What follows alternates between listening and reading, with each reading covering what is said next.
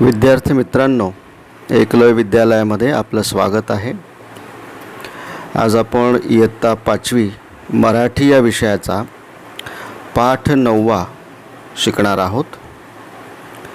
पाठाचं नाव आहे जनाई। पान नंबर 25 बघायचा आहे। या पाठाचे लेखक आहेत शंकर बाबाजी पाटील। शंकर बाबाजी पाटील यांचा जन्म 8 ऑगस्ट 1926 रोजी झाला।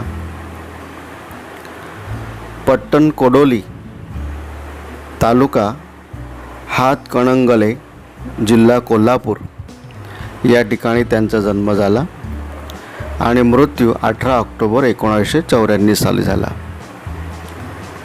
ते मराठी कथाकार म्हणून ओळखले जातात, कादंबरीकार म्हणून ओळखले जातात। असे हे शंकर बाबाजी पाटील यांनी हा पाठ लिहिलेला आहे। तर विद्यार्थी मित्रांनो, बघा तुमच्या समोर जे चित्र दिसत आहे ते पाठ क्रमांक 9 जनाईचं आहे। जनाई हे एका बाईचं नाव आहे, स्त्रीचं नाव आहे। शेतकरी कुटुंबामध्ये ती आहे आणि शेतामध्ये ती काम करते। तर या ठिकाणी जे दृश्य ती बघते आहे ते दृश्य तुम्ही त्या चित्रामध्ये बघताय। दुपारी शेतात काम करायला गेलेल्या या जनाईला मोठा साप दिसतो। घाबरून ती घरी येते, परंतु शेतात काम केलं नाही तर खायला काही मिळणार नाही असा विचार करून ती धीर करून रानात जाते, सापाला विनवणी करते आणि कामाला लागते। तर विद्यार्थी मित्रांनो, हा पाठ ग्रामीण भाषा शैलीचं एक उदाहरण आहे। यामध्ये बरेचसे शब्द ग्रामीण भाषेतील आहेत। प्रत्यक्ष पाठ आपण बघूया। हा पाठ जो आहे आपण गोष्टी रूपाने बघणार आहोत। तर बघा विद्यार्थी मित्रांनो, दुपारची मोठ थांबली तशी जनाई उसाच्या फडातून बाहेर आली। पाण्याची दारं मोडून कंबर धरली होती। पाल्यानं कापलेलं अंग सारं भगभगत होतं। केव्हा घरात जाऊन पडीन असं तिला झालं होतं। तर या ठिकाणी शेतामध्ये ती काम करते आहे। पाटाच्या पाण्याचा प्रवाह ती बदलते आहे, म्हणजे शेतामध्ये ती पाणी भरते आहे। आणि हे सगळं काम करत असताना पाण्याची दारं मोडून म्हणजे पाटाच्या पाण्याचा प्रवाह बदलून आणि भगभगणे म्हणजे आग होणे। तर केव्हा घरात जाऊन पडीन असं तिला झालेलं होतं। ती खूप थकलेली होती, पण थेट वस्तीवर न जाता वाट वाकडी करून ती शेंगांच्या वावरात शिरली। वावर म्हणजे शेत।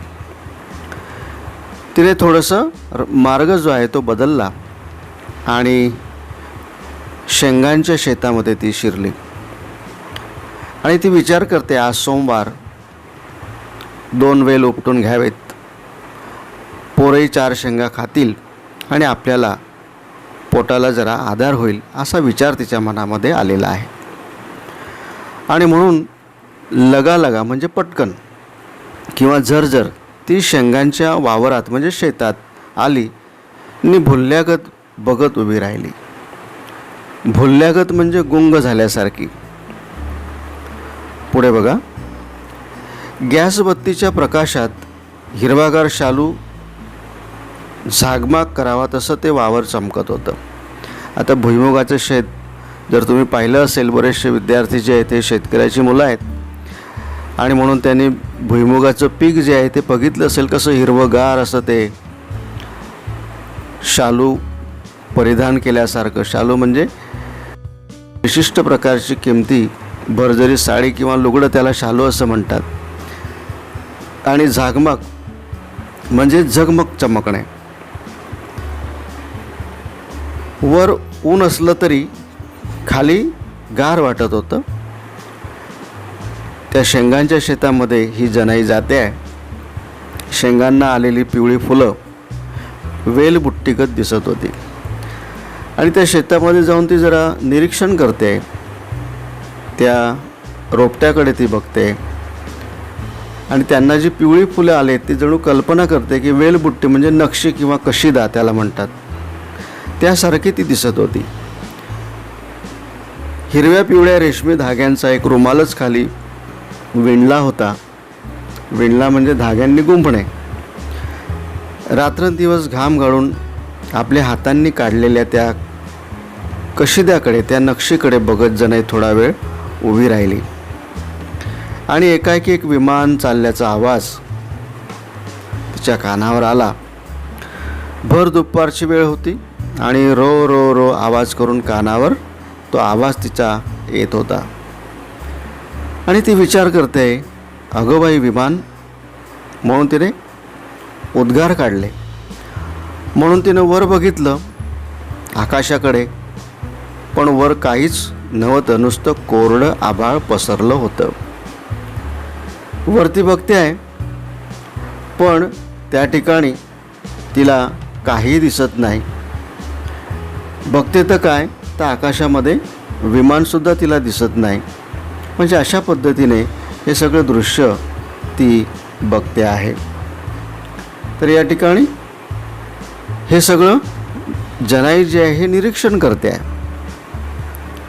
निळभोर आकाश, चिटपाखरूसुद्धा नव्हतं, म्हणजे काही आकाशामध्ये दिसत नव्हतं, पक्षी उडत नव्हते. म्हणजे चिटपाखरू नसणे म्हणजे नीरव शांतता असणे. कुठून आवाज येतो हे कळेना आणि झेंडू फुलल्यागत झाला.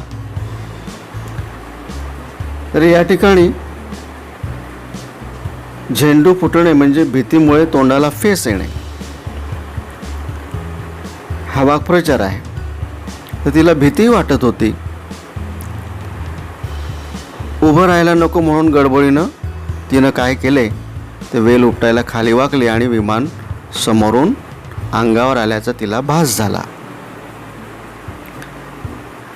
खाली केलेली मान वर करून बघती तर समोरच्या 4 काकरीचे वेल उलते पालते होत होते. आणि अचानक तिने पाहिलं की आकाशामध्ये सगळे ढग जे आहे ते दिसत नाही आहे. आभाळ जे आहे ते कोरडं आहे आणि समोर उलथा पालत दिसतंय, म्हणजे वर खाली काहीतरी होताना दिसतंय, उलटे सुलटे होताना दिसतंय. भुईमुगाच्या आऱ्यावर उचलत होते आणि पायाखालची जमीन हादरा देत होती. हादरा देणे म्हणजे मनाला धक्का पोचणे. तिला धक्का पोचत होता. रो रो असा आवाज जवळ येत होता आणि जो आवाज तिच्या कानी पडत होता तो मात्र जवळ येत होता. आकाशामध्ये तिला काही दिसलं नाही, पण आवाज मात्र येत होता. आणि डोळ्यांनी बघितलं तर काळ्या ठिपक्यांची एक 4 वाव. तर या ठिकाणी वाव म्हणजे एक खेडेगावामध्ये माप असतं, 2 हातांचं माप, त्याला वाव असं म्हणतात. तर या ठिकाणी जनाईला एक आगळं वेगळं दृश्य जे आहे हे दिसतं आहे. तिच्या मनाला हादरा बसला आहे आणि बघते तर काय, काळ्या ठिपक्यांची एक 4 वाव तुळी अंगावर धावून येत होती. तुळी म्हणजे तुळई किंवा लोखंडी कांब ज्याला म्हणूया. आणि बघते तर काय दृश्यामध्ये दिसतंय बघा. तर अचानक ती बघते तर काय आणि तिला राहवलं जात नाही. ती उच्चारते, अगं बाई साप. म्हणून जनाई झटक्यानं मागे फिरली, कारण साप पाहिल्यावर कोणी घाबरतोच. तशी जनाईसुद्धा घाबरली आणि जमिनीला पाय न टेकता वारं सुटावं तशी पळत सुटली. जमिनीला पाय न टेकणे म्हणजे भरधाव वेगाने धावणे असा त्याचा अर्थ होतो. हा वाक्प्रचार आहे. वारं सुटावं तशी ती जनाबाई जी आहे ती घाबरून पळत सुटली. मागे न बघता थेट वस्तीवर येऊन धडकली आणि त्या सापला पाहिल्यानंतर ती घाबरी झाली आणि वेगाने पळत पळत ती थेट वस्तीवर येऊन थडकली म्हणजे येऊन पोचली. धाबं दणाणून गेलं होतं तिच्या जीवात जीव नव्हता. पोटात घाबरा पडला होता, म्हणजे अतिशय घाबरून गेलेली होती. आणि एवढ्या वेगाने ती आली म्हणून अंग जे आहे सारं घामानं थबकलं होतं. अतिशय थकली होती, कारण त्या सापाला ती प्रचंड घाबरलेली होती. आणि म्हणून आपला जीव मुठ्ठीत धरून ती कशी तरी वस्तीवरती पळून आलेली होती. तिला सारखी धाप लागत होती. तोंडावाटे शब्द फुटत नव्हता. तिला बोललं जात नव्हतं. तोंडावाटे शब्द फुटत नव्हता म्हणजे काय, तिला बोलता येत नव्हतं. म्हणजे अशा पद्धतीची अवस्था जी आहे ही जनाबाईची झालेली होती. आणि एवढी ती घाबरलेली होती, हातपाय थरथरत होते, ऊर धाडधाड करीत होतं. म्हणजे एवढी ती घाबरून गेलेली होती. तिचं जे हृदय आहे हे हृदय धडधड करत होतं. आणि कशी तशी तिने तिची वस्ती जी आहे ही गाठलेली होती. आणि त्या वस्तीपर्यंत ती कशी आली हे तिला समजत नव्हतं.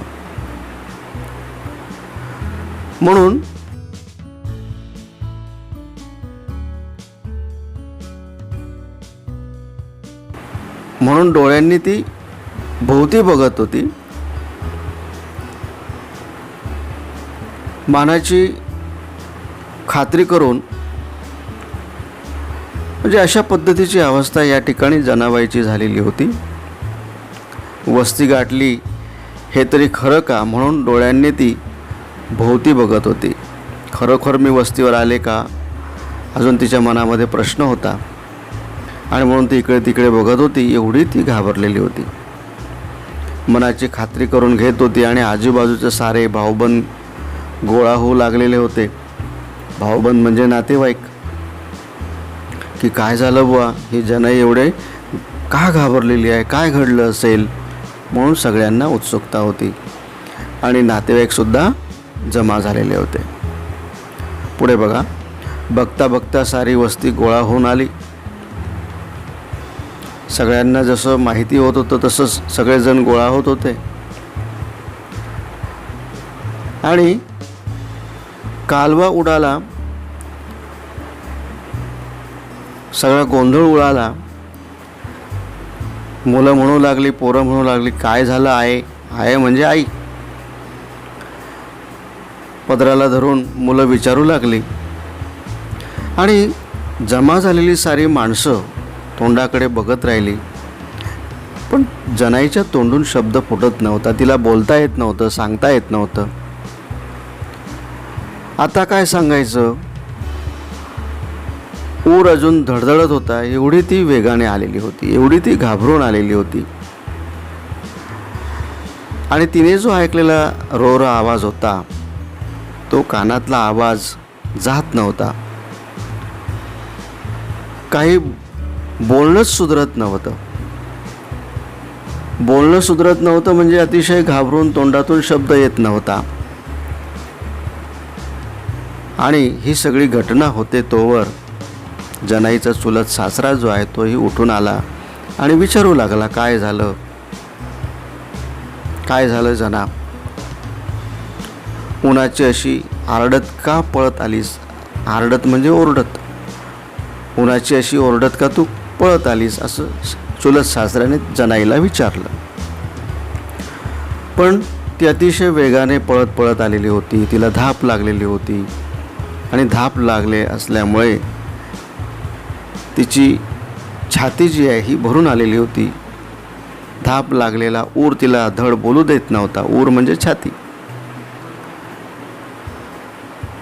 पण घडला प्रसंग कसा बसा तिनं वर्णन केला. आणि लोकांच्या तोंडाकडे बघत ती गप्पच बसून राहिली. ते एकूण सारी वस्ती भ्याल्यागत झाली. भ्याल्यागत म्हणजे घाबरल्यासारखी. त्या वस्तीवर एक भीतीचं वातावरण पसरलं की असं कसं जनाबाईबरोबर घडलं. भ्याच पडलं म्हणजे सगळ्यांना भीतीच वाटत होती. भ्याच म्हणजे भीती. आपल्या रानात, आपल्या जंगलात एक भुजंग आहे. भुजंग म्हणजे मोठा साप.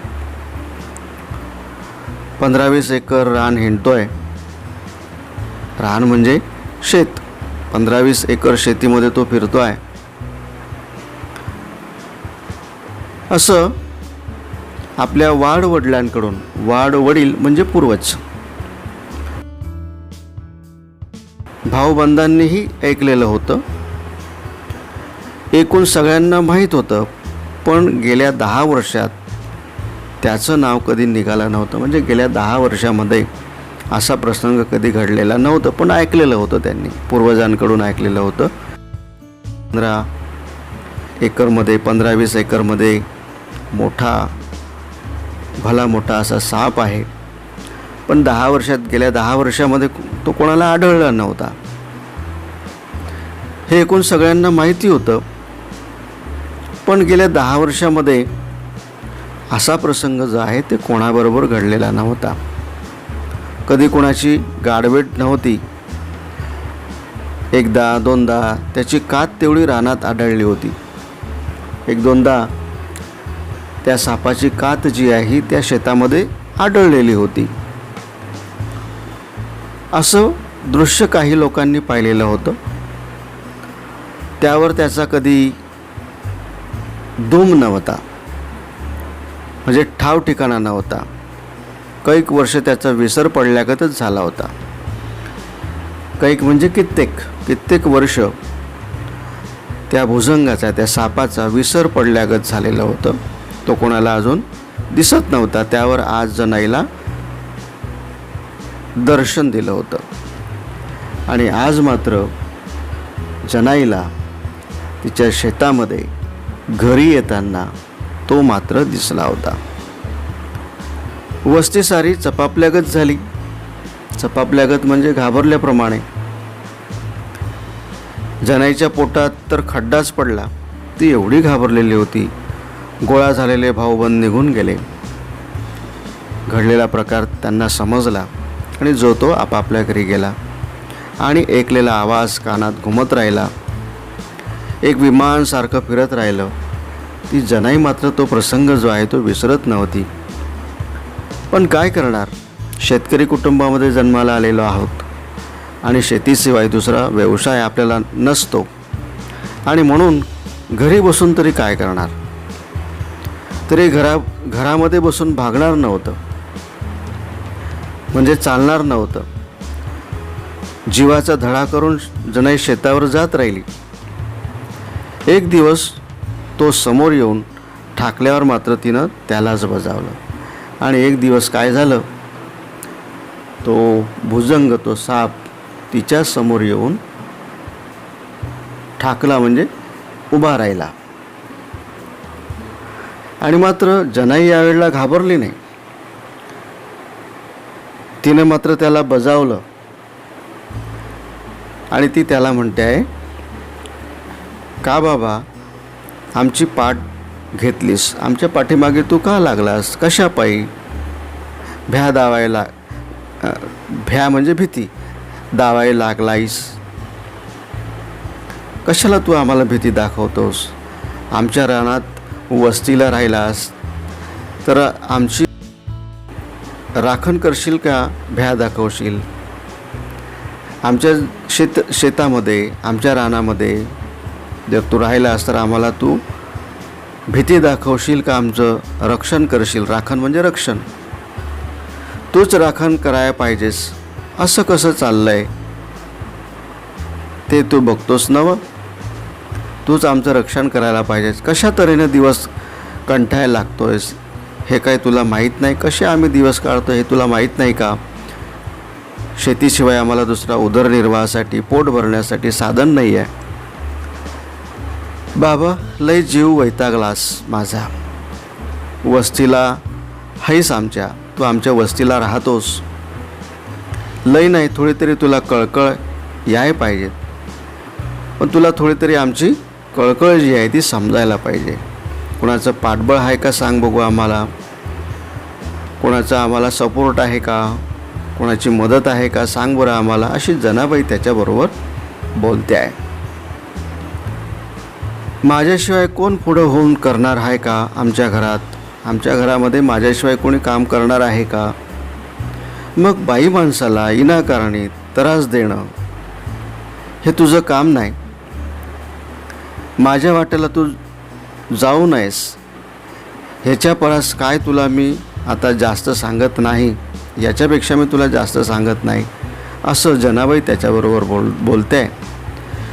सांगायचे तर तुला सगळं सांगितलं आहे, आता निवांत जरा झाडाखाली बसून भाकरी खातो, तवर आपला कुठं निघून जा. तर जनाबाई त्याला सांगते आहे की आता बसून मी शेतामध्ये आलेले आहे, काम करणार आहे, मी आता कुठंतरी झाडाखाली बसते, भाकरी खाते, तोपर्यंत कुठंतरी गपगार तू निघून जा, म्हणजे कुठंतरी तू आता इथून चालला जा, अशी जनाबाई त्याला म्हणते आहे. माझी भाकरी खाऊन झाली म्हणजे मी जुंधळा कापायला लागणार बघ. जुंधळा म्हणजे ज्वारी, तिने शेतामध्ये ज्वारी पेरलेली आहे आणि त्याची कापणी ती करणार आहे. असं बसून कसं भागल. दिवस बुडस्तवर मला सगळं रान मोकळं करायला पाहिजे, म्हणजे जोपर्यंत संध्याकाळ होत नाही तोपर्यंत मला हे सगळं कामं जी आहे ती उरकायला पाहिजे.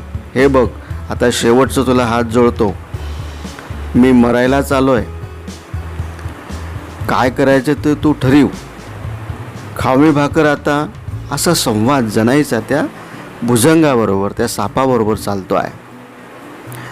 आणि शेवटी पोटाची खळगी भरण्यासाठी त्या शेतामध्ये तिला राबराब कष्ट करावेच लागणार, कारण त्याशिवाय तिचं घर जे आहे हे चालणार नाही.